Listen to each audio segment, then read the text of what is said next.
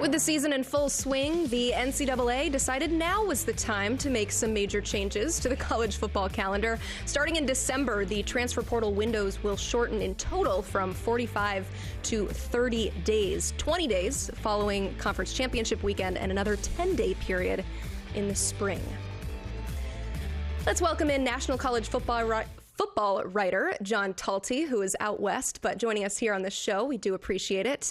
So these portal windows, the first one used to go into January, so this may seem like a minor change, but overall, how does this affect player acquisition?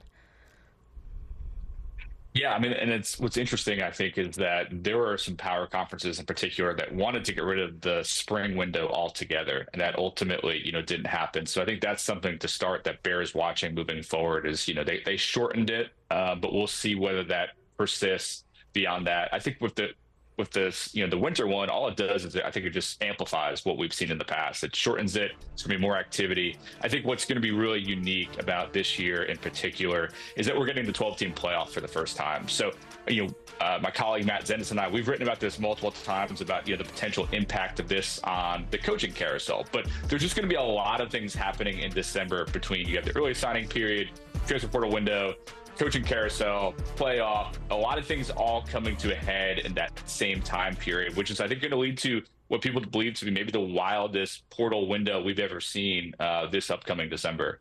Yeah, it did help that we're moving early signing period to before the portal opening, so we'll kind of get that out of the way. But as we've seen, in last year, some players will sign and then they'll go transfer.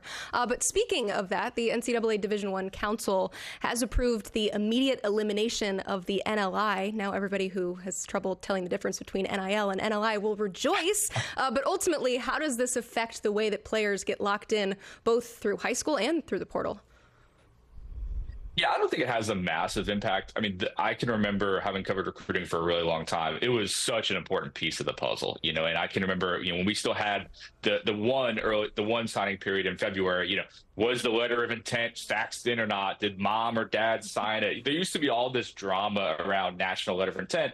And over the years, that has lessened, in part because of the early signing period, but also because of financial aid agreements. And so we've seen more and more of the top players just signing financial aid agreements instead of the national letter of intent, because the letter of intent was more restrictive and less beneficial, for the athletes themselves. So we've seen a shift over the years to it. And I think that's what you're seeing is the NCAA is slow to react to a lot of things. And I think that's a little bit what this situation is. It's recognizing things have changed, especially with revenue share coming down the line with the House settlement. Let's just kind of bake this into the financial aid agreements, make it easier, less confusing for everybody. And as you mentioned, the amount of times that people confuse NLI and NIL, I think it's worth getting rid of it just for that reason alone.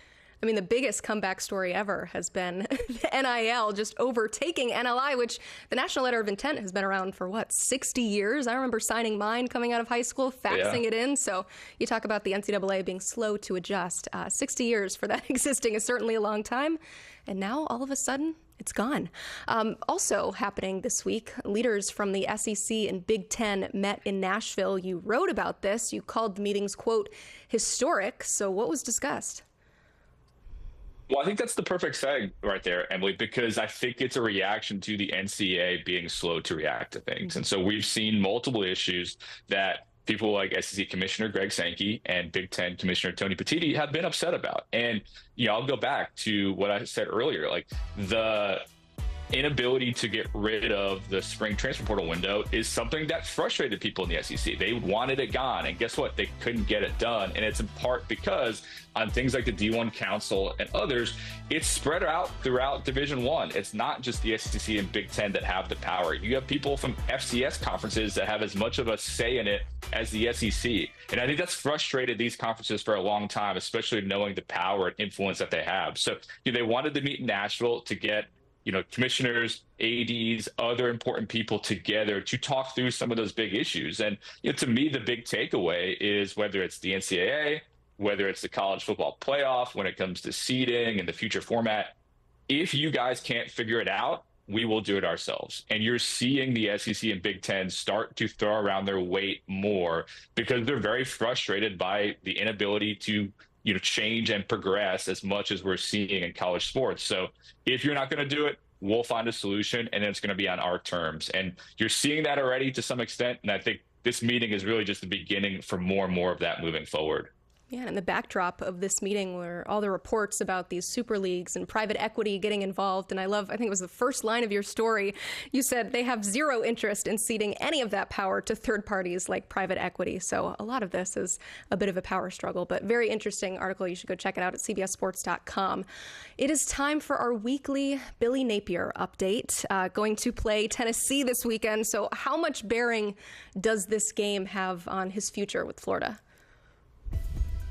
He needs wins. He needs wins any way he can get them. And I think this is a great opportunity for him to potentially get one. Now, I'm not saying that Florida is going to win. Tennessee is obviously the favorite. And we'll see how schools like Tennessee and also Alabama, how they rebound from these big upset losses that we saw a weekend ago. But, if you look at the back half of their schedule, it's hard to find wins, right? So you have to capitalize on some of these opportunities. I think a lot of people in the industry expect this job to come open. I think that's a very fair understanding of it from all the people that I've talked to. But he's not fired yet. He still has the job. And if there is a path for him to keep his job past this year, you've got to start winning games like Tennessee. So this is a huge one, I think, for Billy Napier. I'm not saying that if he wins this, he keeps his job. I'm not saying any of that. But if there is a path for him to keeping his job, it probably starts with a win here against Tennessee. So it's a critical game for Billy Napier and Florida moving forward.